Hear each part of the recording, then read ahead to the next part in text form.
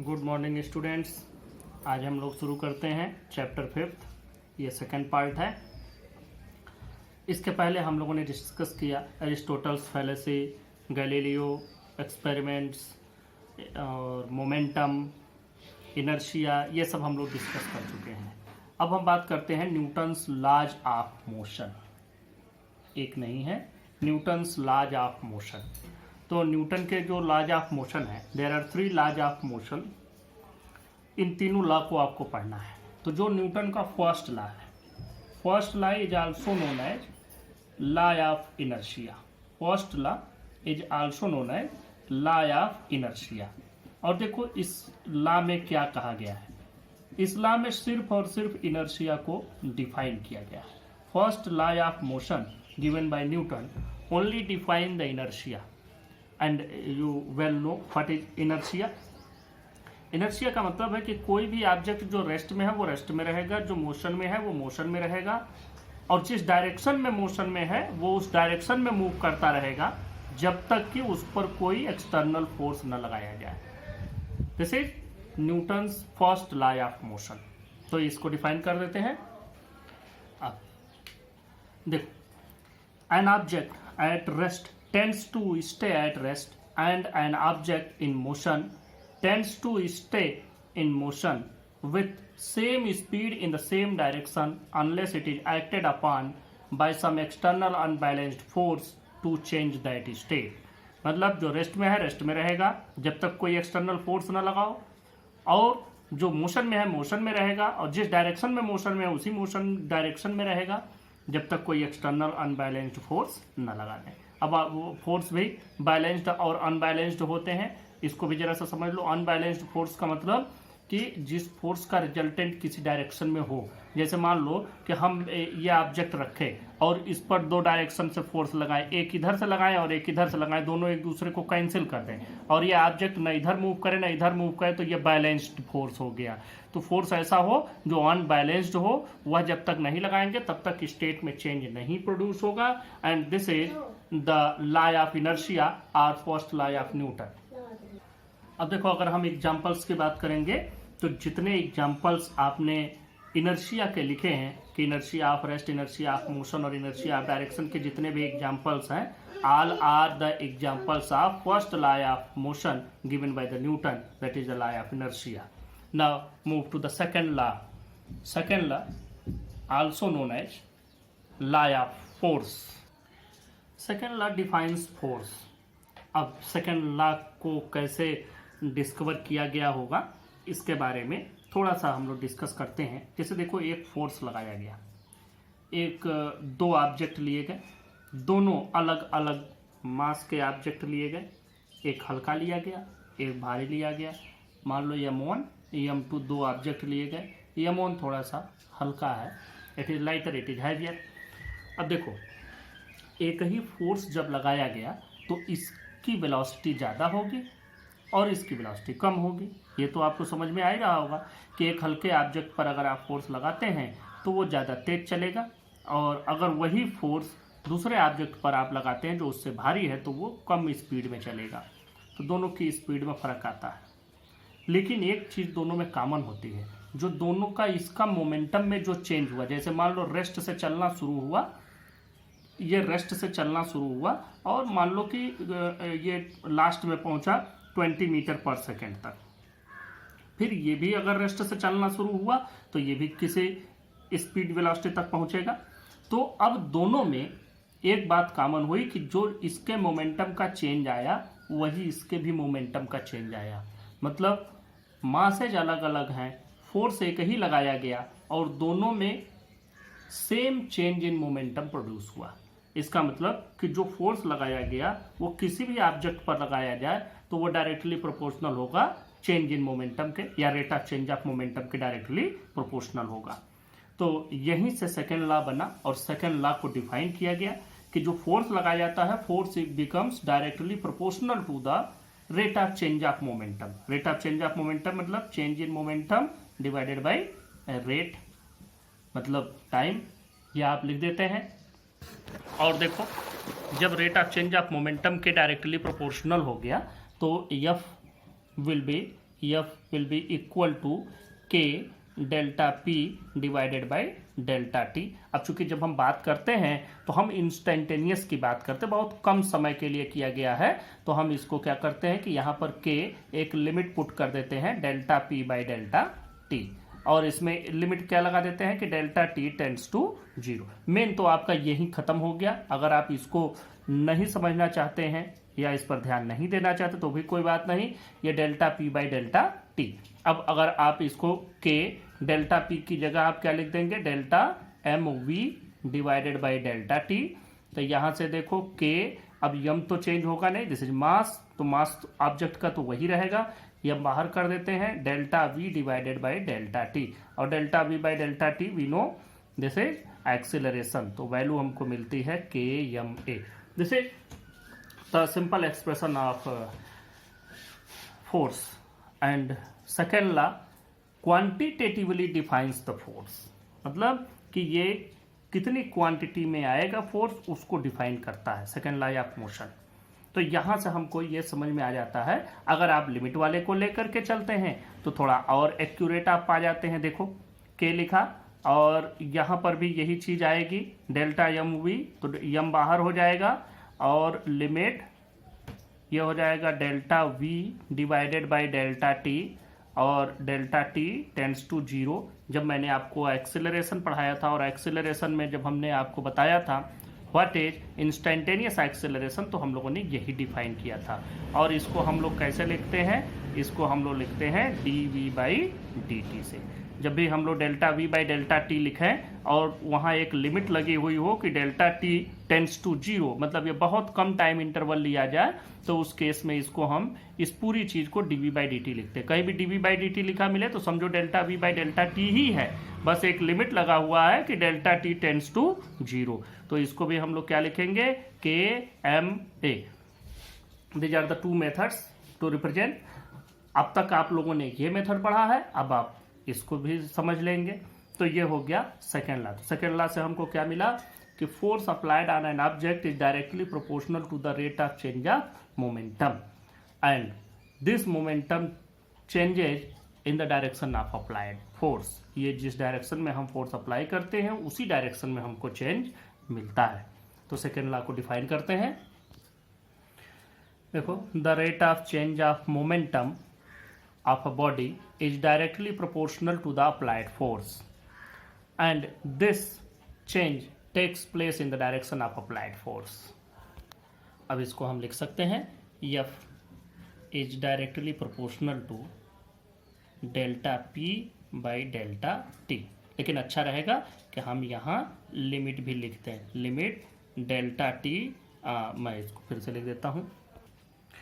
अब देखो हम लोग इसको क्या करेंगे, ये क्या रिप्रेजेंट करता है, रिप्रेजेंट करता है F is directly proportional to, बाकी सारी चीज़ें वही रखेंगे, बस डेल्टा P की जगह हम रख देंगे delta m into V divided by delta T।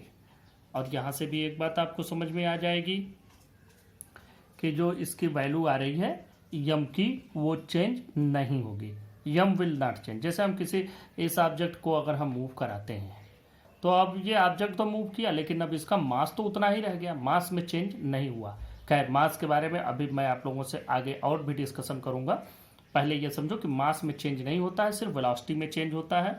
तो हम लोग इसको लिख देंगे directly proportional to M limit delta V divided by delta T, या इसी को हम लोग ऐसे भी लिख सकते हैं, यहाँ डेल्टा T टेंड्स टू 0 लिखना ना भूलें।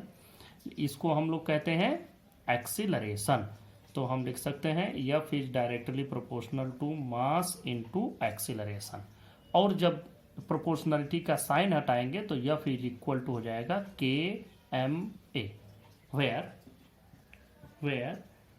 k is equal to proportionality constant, proportionality constant. और इसके यूनिट को यम और ए के यूनिट को इस प्रकार से सेट किया गया है कि के की वैल्यू 1 आ जाती है। यहाँ पर हम लोग लिखते क्या है कि इफ, ध्यान से देखो, F is equal to 1 Newton, M is equal to 1 kg, and A is equal to 1 meter per second square, then K is equal to 1. तो इसका मतलब F is equal to ma. This is known as basic equation of classical mechanics. Basic equation of classical mechanics. अब classical mechanics क्या है? Classical mechanics वो है जो हम लोग पढ़ रहे हैं। हम लोग यहाँ पर जब मैकेनिक्स पढ़ते हैं तो इस मैकेनिक्स में कुछ चीज़ें न्यूटन ने मान ली थी, उन्हीं आधार पर उन्होंने अपना मैकेनिक्स बनाया। मैकेनिक्स मतलब लॉज ऑफ मोशन को एक्सप्लेन किया। तो उस जो कंडीशंस उन्होंने मानी थी, तो वो कंडीशंस को जब अप्लाई करते हैं तो जो मैकेनिक्स बनता है उस मैकेनिक्स को कहते हैं क्लासिकल मैकेनिक्स। अब क्या क्या कंडीशंस थी ज़रा ये भी देखो। जैसे आपको एक चीज़ मालूम है कि ये एक ऑब्जेक्ट है, इस ऑब्जेक्ट को अगर हम मेजर करें इसका मास, तो हमको इसका मास कुछ मिलेगा। मान लो 20 ग्राम इसका मास है। अब हम वेइंग मशीन पर इसको रख लें जिससे हम तौल रहे हैं, और उसको लेकर के चलते हुए इसको तौलें। या हम कह रहे हैं कि हम एक ट्रेन में बैठे हुए हैं और उस ट्रेन में इसके मास को मेजर करें, तो क्या मास घटेगा या बढ़ेगा? इसका अमाउंट घट जाएगा, बढ़ जाएगा? ऐसा नहीं होगा। हम लोग तो यही जानते हैं कि इसका मास एज इट इज, जितना हमको रेस्ट में मिल रहा है उतना ही मोशन में भी मिलेगा। This is the assumption taken in the classical mechanics. लेकिन एक्चुअली चेंज होता है। चेंज होता है कि जब भी अगर वेलोसिटी बढ़ती है तो मास भी बढ़ने लगता है। और वो कैसे चेंज होता है ये मैं आपको बता दे रहा हूँ। देखो, m इज इक्वल टू होता है m0 divided by root 1 minus V square by C square, and this is known as relativistic mechanics. ये रिलेटिविस्टिक मैकेनिक्स में का पार्ट हो जाता है जो अभी आपके सिलेबस में नहीं है। तो यहाँ पर क्या बताया जा रहा है कि अगर रेस्ट मास यम है, रेस्ट में हमने मेजर किया और यम नॉट हमको मास मिला, मतलब no motion, M not means no motion. तो विदाउट मोशन अगर मास यम नॉट है, दिस इज रेस्ट मास, तो अगर वो ऑब्जेक्ट वी वेलोसिटी से चलना शुरू कर देता है तो उसका मास हो जाएगा एम, और ये इस एक्सप्रेशन से वैल्यू मिलेगी। आप लोगों में से जो लोग आगे मैकेनिक्स पढ़ेंगे, फिजिक्स पढ़ेंगे ग्रेजुएशन लेवल पर, तो उनको इस फार्मूले का पूरा डेरिवेशन भी पढ़ना होगा। But here there is no derivation of this formula, and even you don't have to understand many more things about this formula. बस आपको ये समझ लेना है कि यही होता है। ये एक रिलेशन जितना मैंने बताया इतना आपको समझ में आ जाना चाहिए कि अगर कोई भी ऑब्जेक्ट वी वेलोसिटी से चलने लगे तो जो उसका मास होगा वो इतना हो जाए। अब देखो यहाँ पर c है स्पीड ऑफ लाइट। अब जस्ट एज्यूम कि अगर यह ऑब्जेक्ट स्पीड ऑफ लाइट से चलना शुरू कर देता है तो ये भी c हो जाएगा, ये भी c हो जाएगा, मतलब ये हो जाएगा c square by C square 1 हो जाएगा, 1 माइनस 1 0 हो जाएगा, और 0 से डिवाइड करोगे तो इनफाइनाइट मिल जाएगा। इसका मतलब कि अगर कोई ऑब्जेक्ट स्पीड ऑफ लाइट से चलना शुरू कर देता है तो उसका मास इन्फिनिटी हो जाएगा। ये हम लोग थोड़ा सा समझ भी सकते हैं। देखो, यही पेन हम उठा करके आपके सर पर रखें तो आपको कोई दिक्कत महसूस नहीं है, एक हल्का सा पेन रखा हुआ है। लेकिन अगर इसी पेन को हम उठा करके जोर से आपके सर पर पटक दें तो उस समय आपको इसका मास उतना ही महसूस नहीं होगा जितना कि हमने वैसे रेस्ट में रख दिया था। तो इसका मतलब ये हो गया कि इसका मास बदल रहा है, हमको मास ज़्यादा महसूस हो रहा है। तो इस कंडीशन में मास चेंज होता है, और मास चेंज होने का ये फार्मूला भी है। But this formula is used in relativistic mechanics, quantum mechanics, उन सब में आगे हम लोग इसको प्रयोग करते हैं। सिंपल मैकेनिक्स का फार्मूला यही है। तो अब हम बात कर लेते हैं कि यहाँ पर 1 न्यूटन इसका जो भी अगर हम यूनिट बनाना चाहें, व्हाट इज एसआई यूनिट, तो उसकी बात करते हैं। पहले तो हम आपको बता दें, क्योंकि आप लोग अभी कैलकुलस नहीं पढ़े हैं, तो मैं थोड़ा सा इसको समझा देता हूं कि इसको हम एक और तरीके से लिख सकते हैं कि F is directly proportional to dp by dt।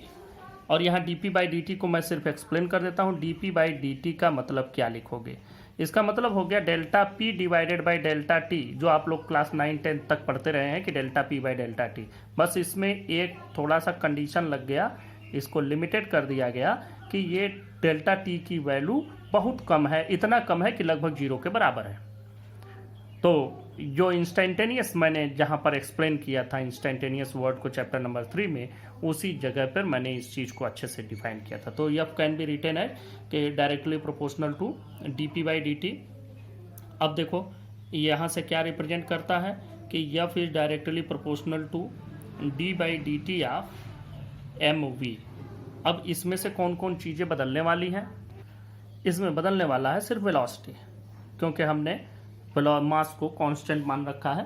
तो F is directly proportional to m d v by d t, या हम यहाँ से ये भी लिख सकते हैं कि F is directly proportional to m into a, it represent F is equal to k m ए।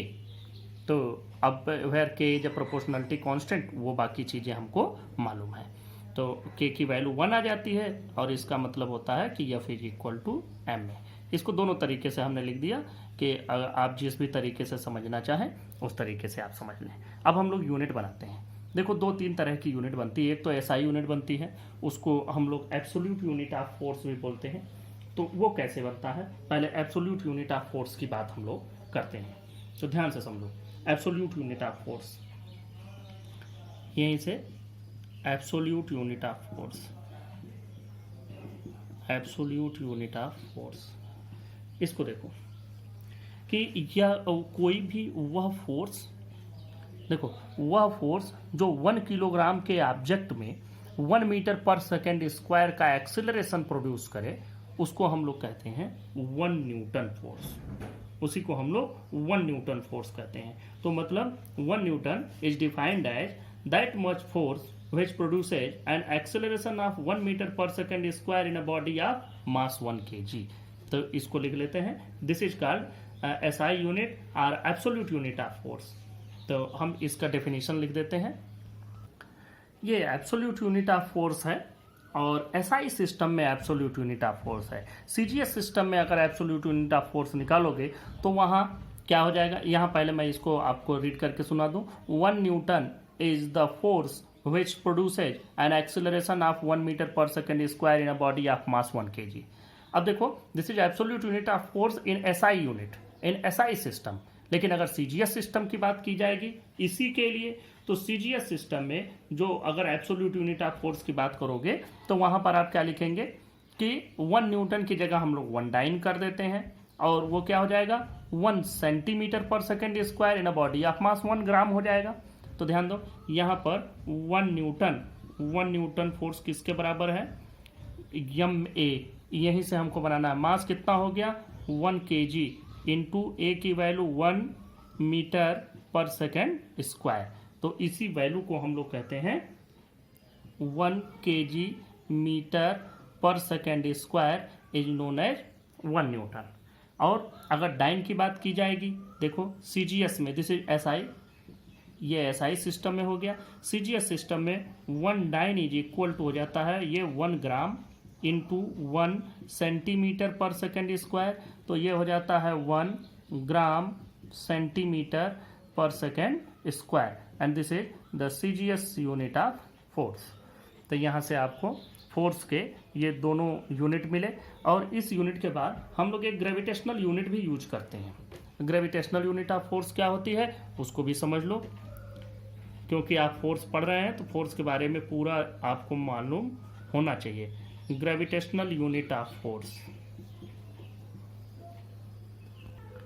देखो ग्रेविटेशनल यूनिट ऑफ फोर्स में a force which produces an acceleration equal to G, at G का मतलब acceleration due to gravity in a body of mass 1 kg, this is called gravitational unit of force.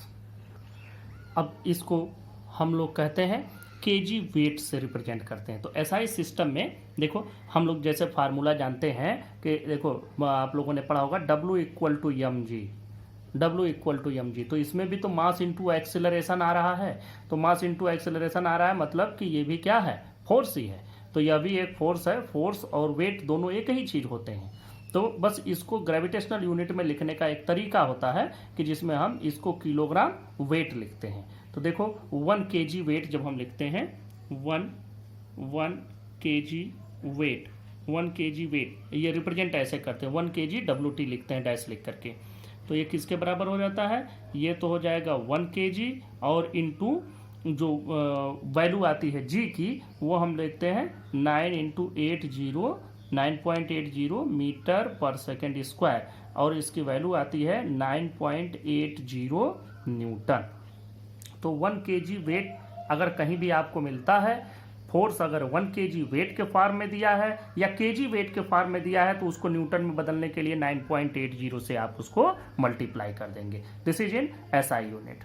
ये SI system में हो गया। अब अगर इसी को हम लोग लेकर के चलते हैं CGS में तो वहां पर क्या हो जाएगा, वहां पर हो जाएगा 1 ग्राम वेट और वहां पर ये 1 ग्राम हो जाएगा और इनटू ये जब हम मीटर में बदलेंगे इसको, मीटर को सेंटीमीटर में बदलोगे, मीटर में तो यह है, सेंटीमीटर में बदलोगे तो 100 से हम इसको मल्टीप्लाई कर देंगे तो ये 980 मीटर पर सेकेंड स्क्वायर हो जाएगा एंड वी विल गेट 980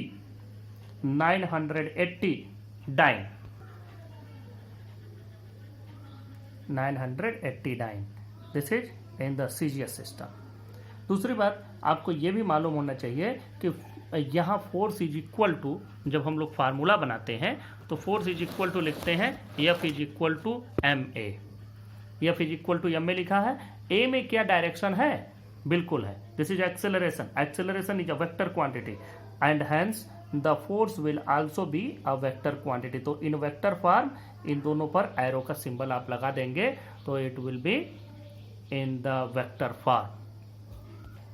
अब फोर्स हम लोगों ने पढ़ लिया तो फोर्स का डायमेंशनल फार्मूला भी आप पढ़ सकते हैं। वैसे फोर्स का डायमेंशनल फार्मूला ऑलरेडी हम आपको बता चुके हैं in the chapter number 2। Next topic है इम्पल्स ऑफ अ फोर्स। इसको हम लोग इम्पल्सिव फोर्स भी बोलते हैं।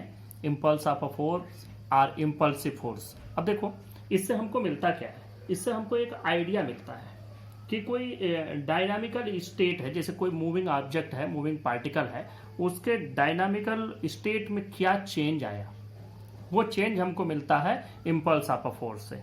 अब देखो, अब इसको ऐसे समझ पाना थोड़ा मुश्किल है।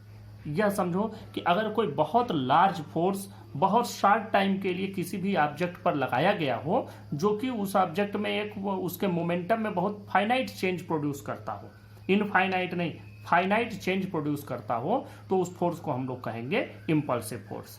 अब देखो ये एग्जांपल से और अच्छे से समझ में आ जाएगा। आप अगर हैमर से दीवार में कील ठोक रहे हैं तो अब अगर कील आप लगा रहे हैं तो आप दीवार से, जब आप हैमर से चोट करते हैं उस कील पर तो बहुत शॉर्ट टाइम के लिए चोट करते हैं। जब आप बैट बॉल से क्रिकेट खेल रहे होते हैं और आपके बैट पर जब बॉल आती है तो बैट और बॉल के बीच में बहुत शॉर्ट टाइम के लिए ही कांटेक्ट होता है, तो बैट से एक ज़्यादा फोर्स लगाया जाता है बॉल पर और वो भी बहुत शॉर्ट टाइम के लिए बहुत थोड़ा सा फोर्स लगाया जाता है। अब जैसे एक ट्रक को धक्का देना है, 10 लोग धक्का दे रहे हैं, फोर्स वो भी लग रहा है लेकिन वो बहुत देर तक कांटेक्ट में रहता है, तो वो इम्पल्सिव फोर्स नहीं कहेंगे या उसको इम्पल्स ऑफ फोर्स नहीं कहेंगे। लेकिन नेल को ब्लो करना, नेल जैसे ब्लो ऑफ हैमर आना, नेल कि जब हम हैमर से किसी कील को किसी दीवार में लगाने की कोशिश करते हैं तो वहाँ पर जो हथौड़े से आप उस पर चोट करते हैं वो बहुत थोड़ी देर के लिए होता है बैट बॉल में। तो इस तरह से जो भी फोर्स होते हैं, बहुत ज़्यादा फोर्स बहुत शॉर्ट टाइम के लिए अगर लगाया जाए तो उसको हम लोग कहते हैं impulse of a force. Condition एक और भी है कि वो एक फाइनाइट चेंज प्रोड्यूस करे। और जो इसकी वैल्यू आती है मैथमेटिकली, इम्पल्स को जनरली हम लोग J से रिप्रेजेंट करते हैं और J is equal to F into t, force into time के बराबर होता है। अब देखो ये वेक्टर क्वांटिटी होगी या स्केलर आप बता सकते हैं, क्योंकि यह एक वेक्टर है और स्केलर से मल्टीप्लाई हुआ तो यह भी एक वेक्टर ही होगा। वेक्टर और स्केलर का जब भी प्रोडक्ट निकालेंगे तो हमेशा वेक्टर पाएंगे। तो ये हो जाएगा J is equal to F into t. ऐसा यूनिट भी आप लोग बना सकते हैं, क्या हो जाएगा, newton second. This is the SI unit. तो इस तरीके से ये इम्पल्स हो गया। तो इम्पल्स का डेफिनेशन लिखते हैं। यहाँ हमने डेफिनेशन लिख दिया है। impulse of a force or impulsive force, a large force acting for a short time to produce finite change in momentum is called an impulsive force. For example, hitting a ball through a bat, या दूसरा example है blow of hammer on a nail. और mathematically impulse is equal to the product of force and a small time interval for which it acts.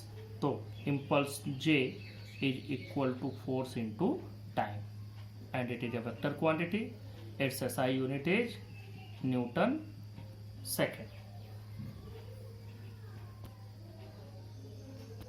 यहाँ एक चीज और change कर देते हैं, ये स्मॉल टाइम इंटरवल के लिए है तो इसको हम डेल्टा टी लिख देते हैं.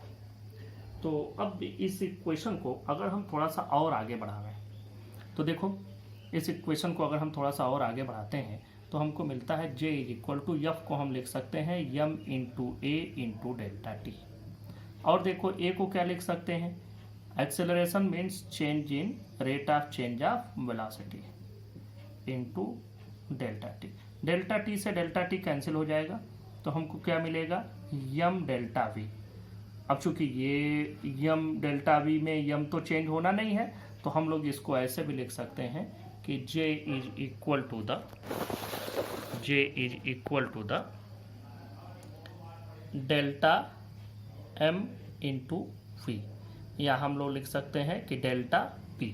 मतलब इम्पल्स क्या होता है, किसी ऑब्जेक्ट के मोमेंटम में जो चेंज हुआ, यहाँ रेट ऑफ चेंज ऑफ नहीं आ रहा है, रेट ऑफ चेंज नहीं आ रहा नहीं तो delta p by delta t होता. यह टोटल चेंज इन मोमेंटम को रिप्रेजेंट करता है.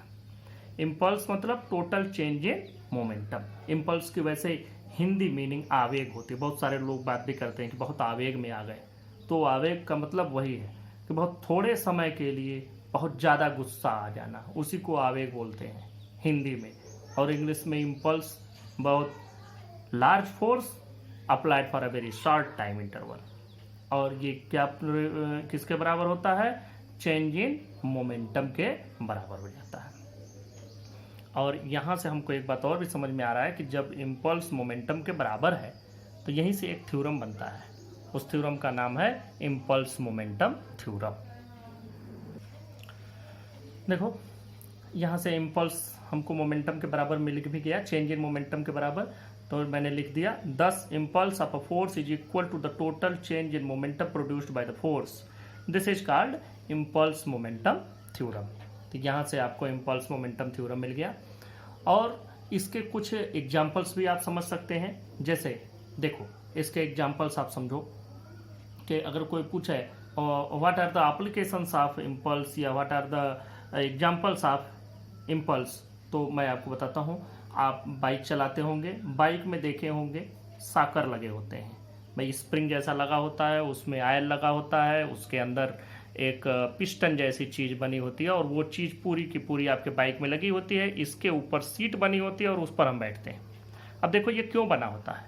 होता ये है कि जब भी आप बाइक चला रहे होते हैं तो किसी गड्ढे में बाइक गई, तो गड्ढे में गई तो एक उससे फोर्स लगाया आपको, और आपको एक चोट भी लगने का डर होता है. तो जो फोर्स उससे लग रहा है उसके गड्ढे में गिरने पर, तो गड्ढे में गिरी तो गड्ढा जैसे सिंपल स्मूथ अगर सड़क हो तो हमें साकर की कोई ज़रूरत ही नहीं है. लेकिन हम जर्क से बचने के लिए ही साकर यूज करते हैं. क्योंकि जैसे आप इस जगह पर चल रहे हैं और यहाँ से आप नीचे ऐसे गए थोड़ी देर के लिए, तो अचानक से इतना सारा भार नीचे की ओर गिरा जिस पर आप भी बैठे हुए हैं, तो आपको चोट लगेगी. इसलिए उसमें साकर लगाए गए होते हैं. तो साकर क्या करता है, वह जो आपका लार्ज फोर्स शॉर्ट टाइम के लिए लग रहा है उसको थोड़ा मिनिमाइज कर देता है, जिसको आप समझ सकते हैं जोर का झटका धीरे से लगे. तो यही है कि साकर से आप बच जाते हैं.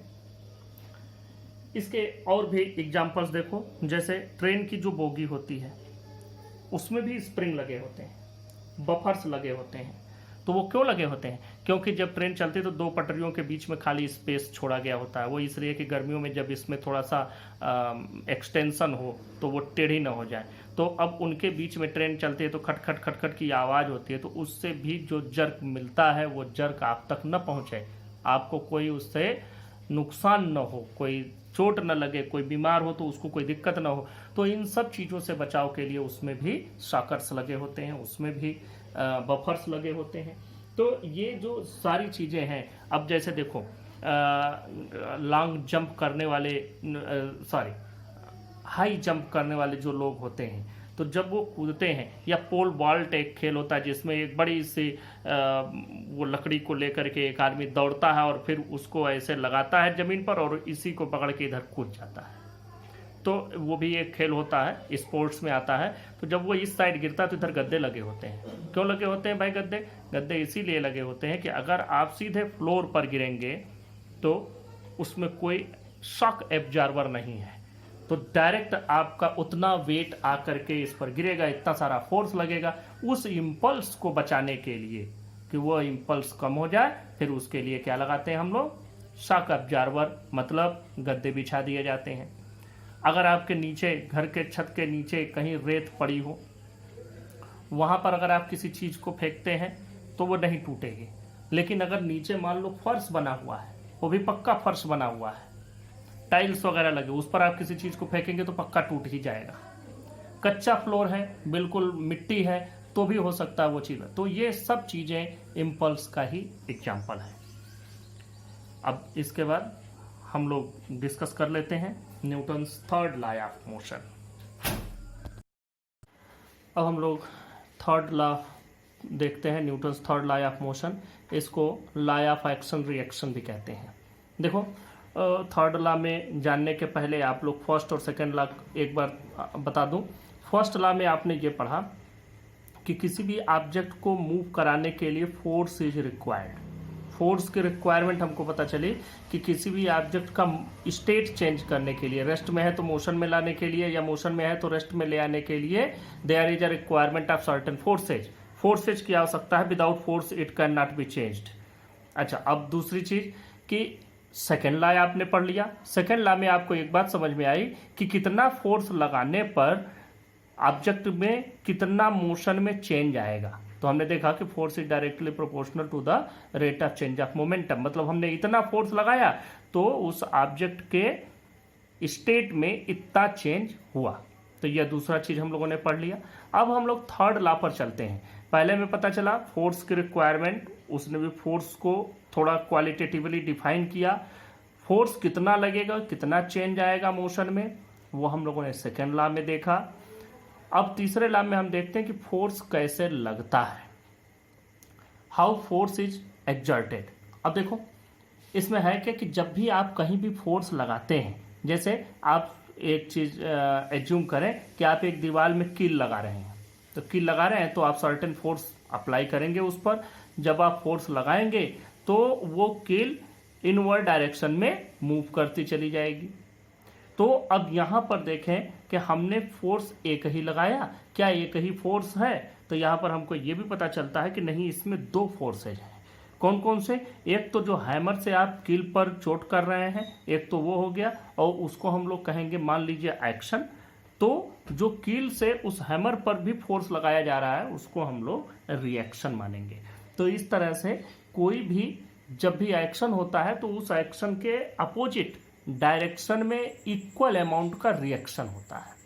अब देखो, ये एक्शन और रिएक्शन हर जगह है। हम लोग अगर चल रहे हैं तो उसमें भी law of action and reaction लग रहा है। जैसे देखो, आप जब चलते हैं तो चलने की जो प्रोसेस होती है उस प्रोसेस में आप अपने फीट, पैरों को आप ऐसे करके चलते हैं, बिल्कुल सीधा करके नहीं चलते हैं, थोड़ा सा तिरछा एक पैर करते हैं और तब जा करके इससे फोर्स लगा करके दूसरा पैर आगे बढ़ाते, फिर इसको तिरछा करते हैं तो ये वाला पैर आगे जाता है। तो एक थोड़ा सा इंक्लाइंड होता है प्लेन पर, और इससे जो फोर्स लगता है तो इससे हम जमीन पर फोर्स लगाते हैं, और ग्राउंड से या ग्राउंड पर जो आपने फोर्स लगाया, ग्राउंड इक्वल अमाउंट का रिएक्शन देती है जिससे कि आप आगे की ओर बढ़ते हैं।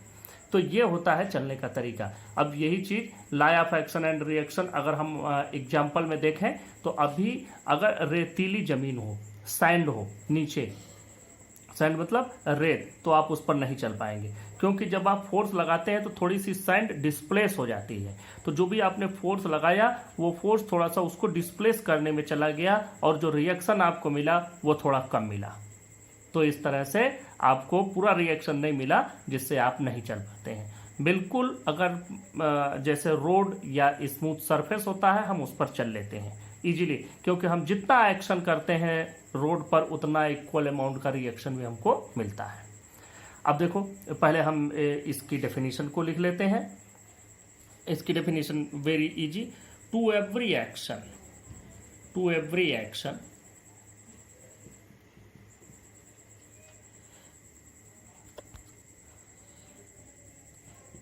there is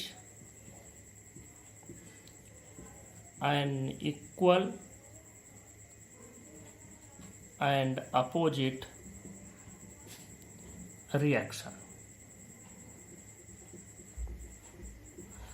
This is law of action and reaction. लेकिन इन एक्शन और रिएक्शन में जो मेन पॉइंट्स हैं उन पॉइंट्स को भी समझना जरूरी है। सबसे पहली पॉइंट ये है कि जिस ऑब्जेक्ट पर एक्शन होगा रिएक्शन उस पर नहीं होगा, रिएक्शन दूसरे पर होगा। मतलब एक्शन और रिएक्शन दोनों दो डिफरेंट ऑब्जेक्ट पर होते हैं और इसीलिए ये कभी कैंसिल नहीं कर पाते एक दूसरे को। देखो कैसे, अगर मान लो कि आप अपने फीट से, पैरों से ग्राउंड पर फोर्स लगा रहे हैं तो ग्राउंड का रिएक्शन आपके पैरों पर होगा। आपने ग्राउंड पर फोर्स लगाया और ग्राउंड ने जो रिएक्शन दिया वो आपके पैरों पर आया। आप अगर हैमर से नेल को लगाना चाहते हैं, हैमर से कील को लगाना चाहते हैं दीवार में, तो जब आप हैमर से इस पर चोट करते हैं तो एक्शन हुआ इस पर, नेल पर, कील पर, और इसका रिएक्शन उस हैमर पर हुआ। तो इसका मतलब कि दोनों दो अलग अलग चीज़ों पर हुआ। एक्शन अगर कील पर हो रहा है तो रिएक्शन कील पर नहीं होगा बल्कि रिएक्शन हैमर पर होगा। तो ये दोनों दो डिफरेंट ऑब्जेक्ट्स पर होते हैं, कभी भी सेम ऑब्जेक्ट पर एक्शन और रिएक्शन नहीं होता है। इसीलिए action and reaction can never cancel each other. देखो जो इसके इम्पोर्टेंट पॉइंट्स हैं, जैसे ये भी आपको इन्हीं के साथ याद करना है। मेन तो यही हो गया, to every action there is an equal and opposite reaction. अब देखो इस एक्शन एंड रिएक्शन यहीं ख़त्म नहीं होता, अब इसी के साथ ये भी है, action and reaction never act on same body, therefore they never cancel each other.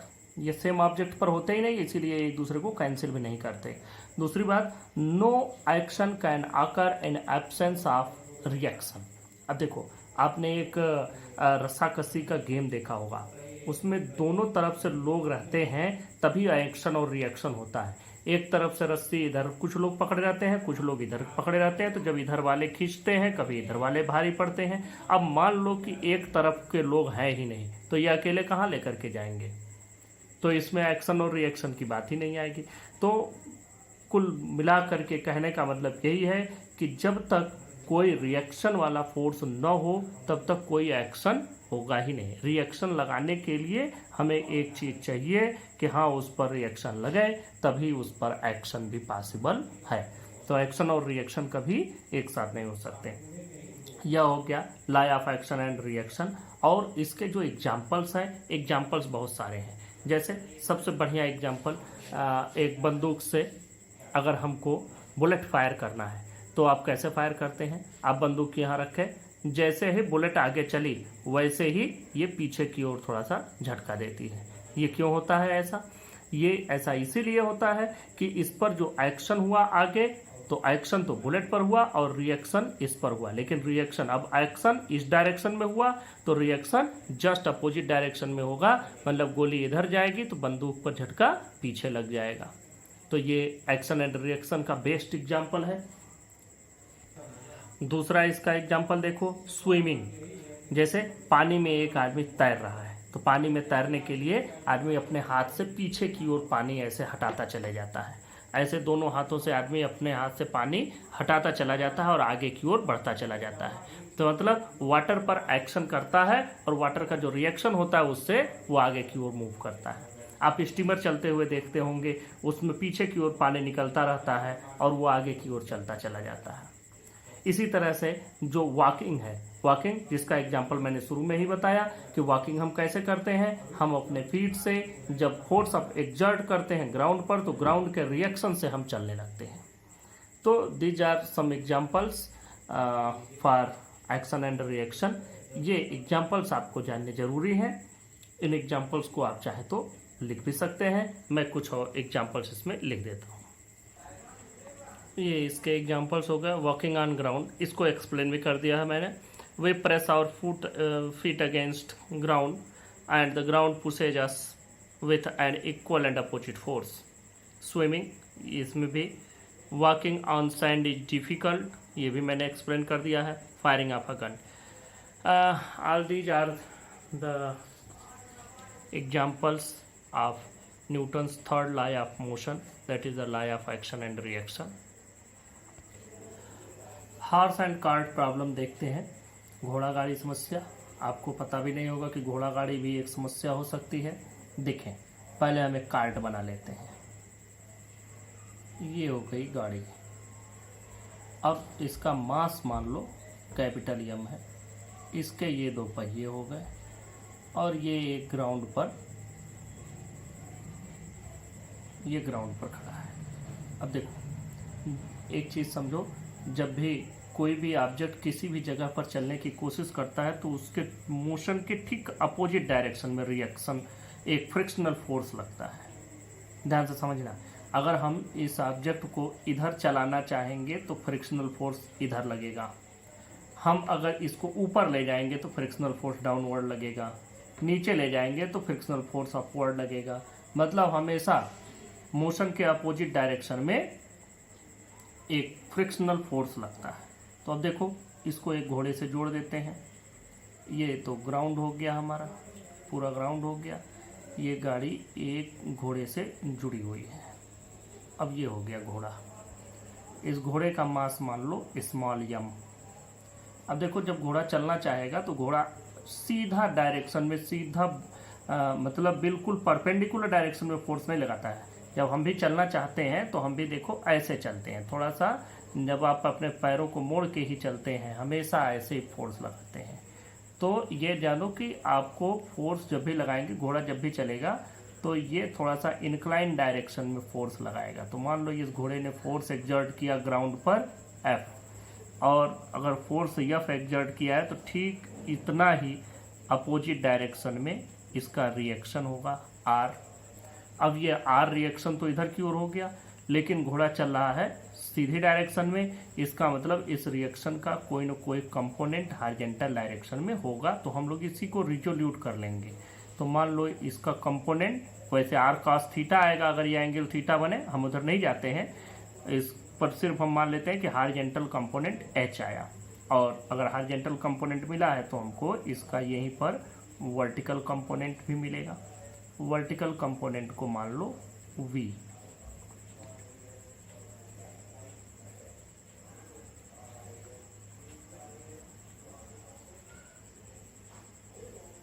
ये हमने वर्टिकल कंपोनेंट बना दिया v।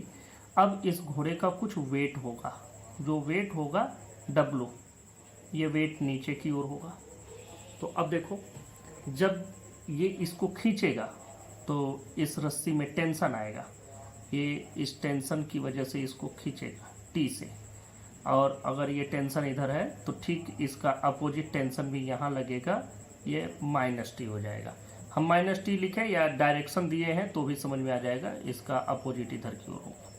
जब इस गाड़ी को इधर चलाना चाहेगा तो इसका फ्रिक्शनल फोर्स F यहाँ पर लगेगा। F is the frictional force, इसको यही लिख देते हैं frictional force. F is the frictional force.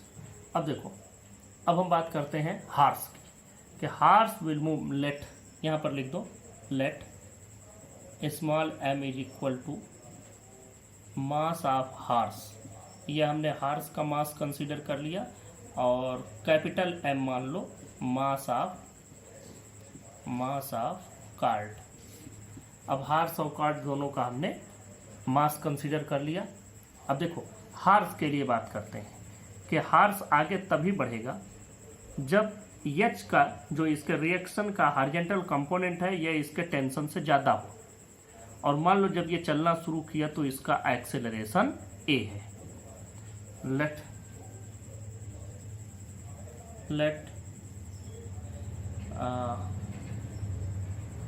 पहले आप लोग ये माने कि हार्स विल मूव फॉरवर्ड। पहले इसको लिख लो, हार्स मूव्स फॉरवर्ड। ये तब मूव करेगा if h is greater then t। अगर ये हार्स का जो हार्जेंटल कंपोनेंट है जो हार्स फोर्स एग्जर्ट कर रहा है ग्राउंड पर, उसके रिएक्शन का हार्जेंटल कंपोनेंट अगर इस टेंशन से ज़्यादा होगा तभी यह आगे लेकर के चलेगा, नहीं तो आगे बढ़ ही नहीं पाएगा। तो horse moves forward if H is greater than T. अब यहीं पर एक चीज़ और भी मान लो, let A is the acceleration, A is the acceleration of horse, then देखो net force then net force on horse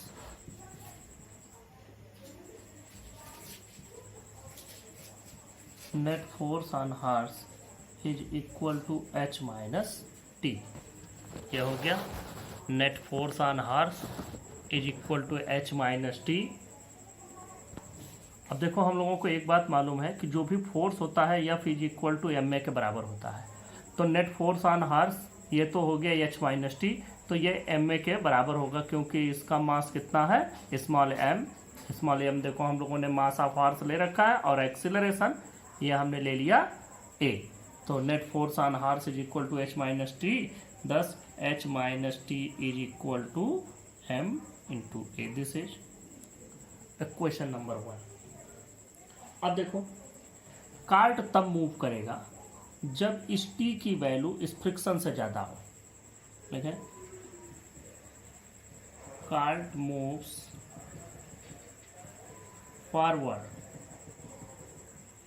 if T is greater than F. अब देखो तो नेट फोर्स ऑन कार्ट इसी तरह से जैसे हम लोगों ने पीछे किया, नेट फोर्स ऑन कार्ट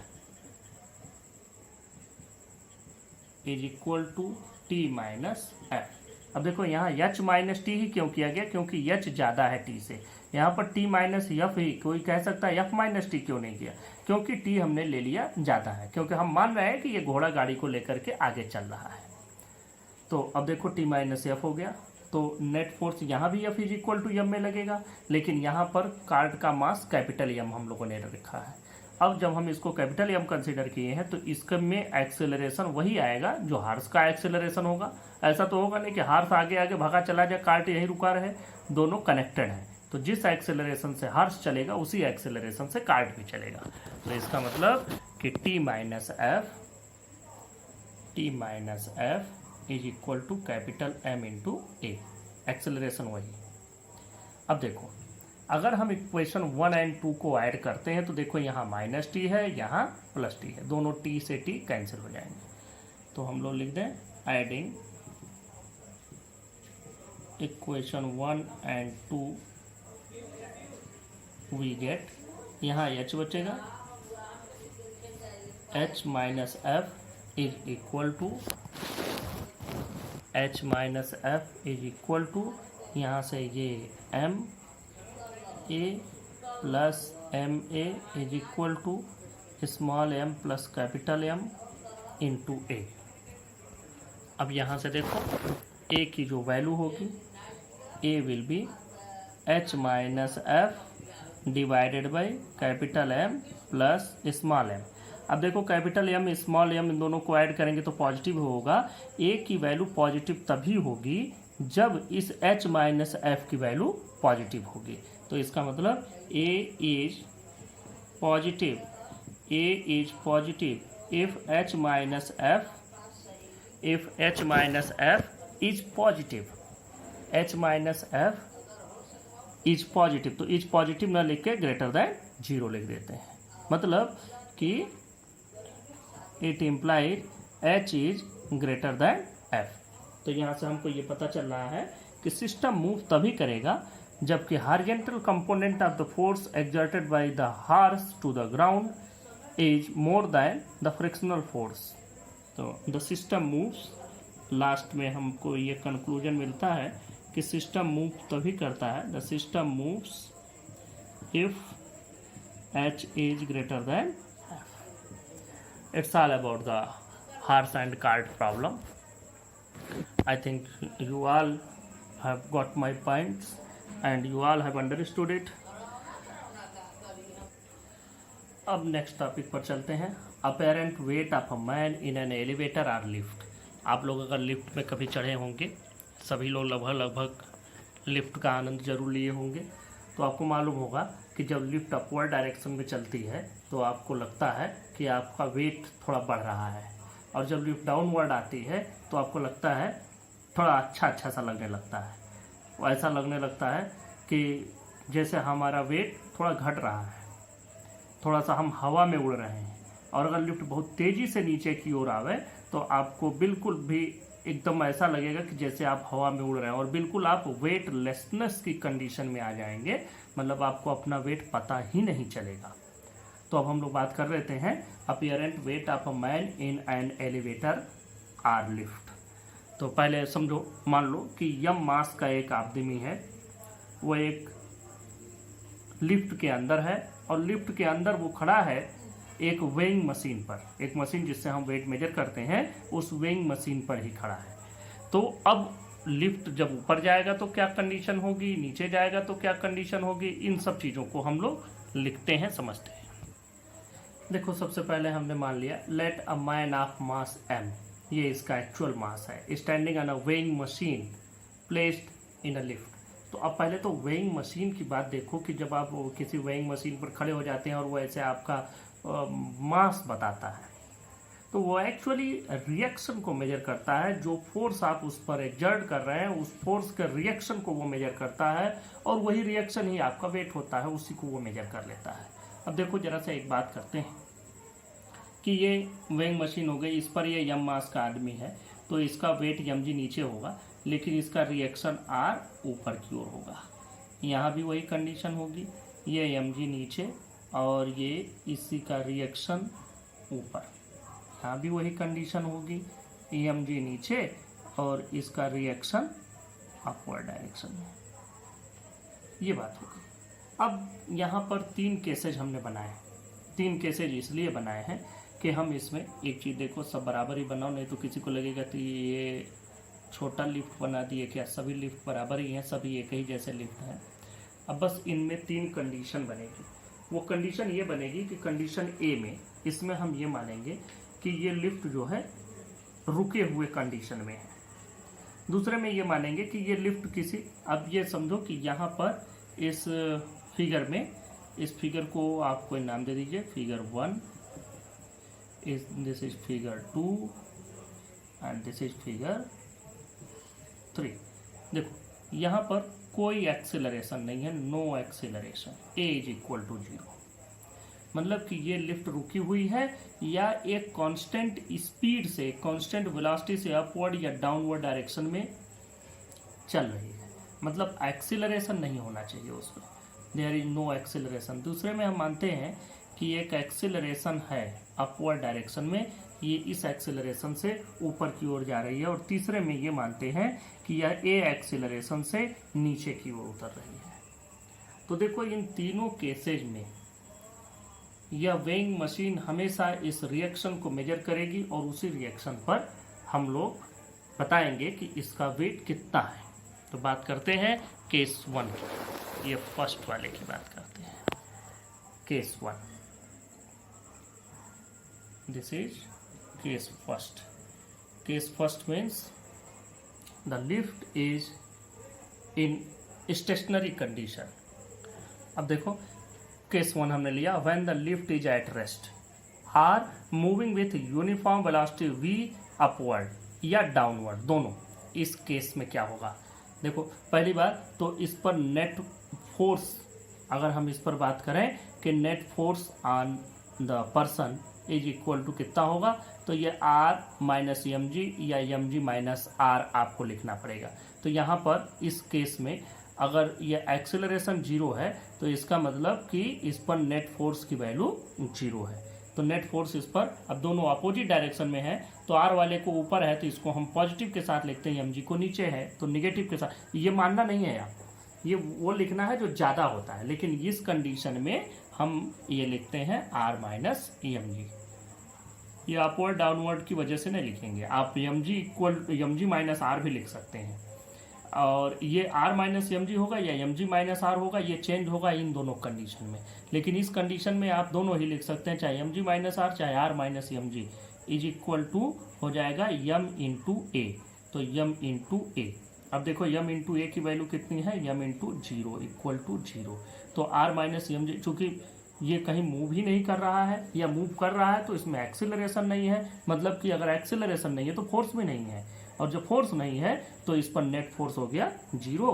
तो इस पर जो नेट फोर्स आया आर माइनस एम जी की वैल्यू ये जीरो हो गई, तो आर इज इक्वल टू हो गया एम जी। जब आर की वैल्यू हमको एम जी मिल गई, इसका मतलब कि जो इसको वेट महसूस होगा लिफ्ट के अंदर वो उसके एक्चुअल वेट एम जी, इसका एक्चुअल वेट तो एम जी ही है। तो इसका मतलब कि लिफ्ट के अंदर जो इसको महसूस होगा रेस्ट की कंडीशन में या लिफ्ट के अपवर्ड डाउनवर्ड मोशन में यूनिफॉर्म वेलोसिटी से, वो क्या होगा, actual weight will be equal to the apparent weight. तो ये आर होगा apparent weight and this is actual weight. तो ये हो जाएगा apparent weight is equal to actual weight. This is in the case when the lift is in the rest or moving with. Now move to the case 2 when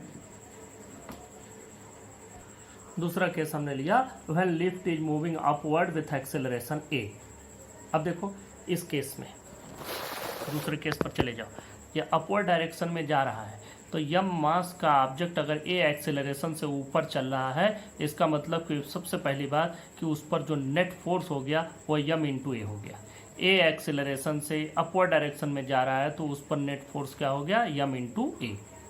अब दूसरी बात कि इस पर नेट फोर्स कितना लगेगा, देखो आर एम जी, अब एम जी में से आर घटाएं कि आर में से एम जी घटाएं, तो जिधर की ओर मोशन हो रहा है वो ज़्यादा होगा, उसमें से दूसरे वाले को घटाएंगे तो मोशन अपवर्ड डायरेक्शन में हो गया, तो आर ज़्यादा है, R minus M g equal to m a, ये लिखना है। यहाँ पर क्या हो जाएगा, देखें इस केस में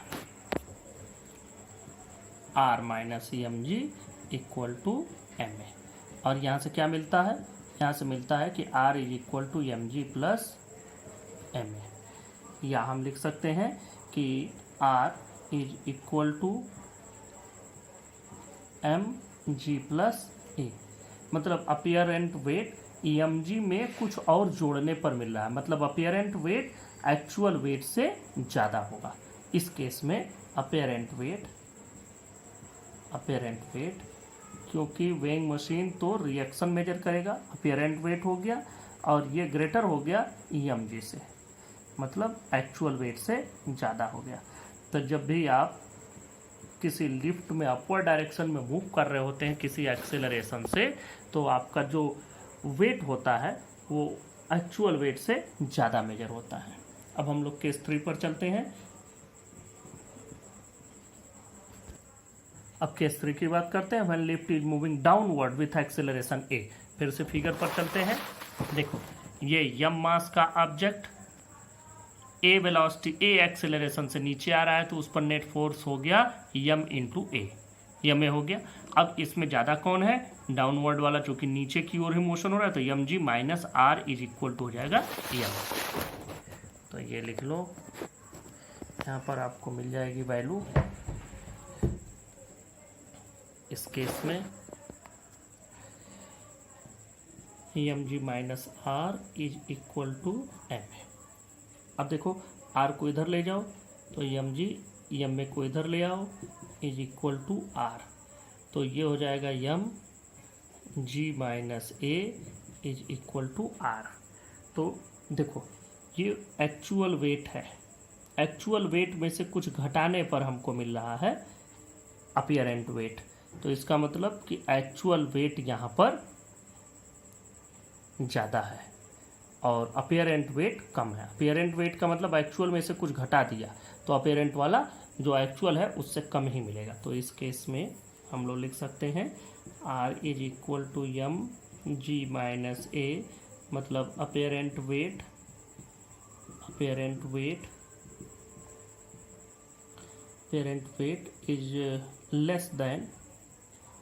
is less than actual wait.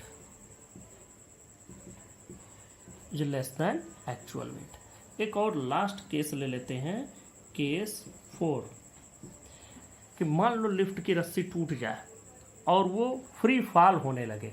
जैसे लिफ्ट में जिसमें हम खड़े हैं, अगर हम उस लिफ्ट की रस्सी ही टूट जाए तो वो किस एक्सेलरेशन से गिरेगा? Acceleration due to gravity. उस समय या जो हमने ए लिखा है इसकी वैल्यू जी के बराबर हो जाएगी।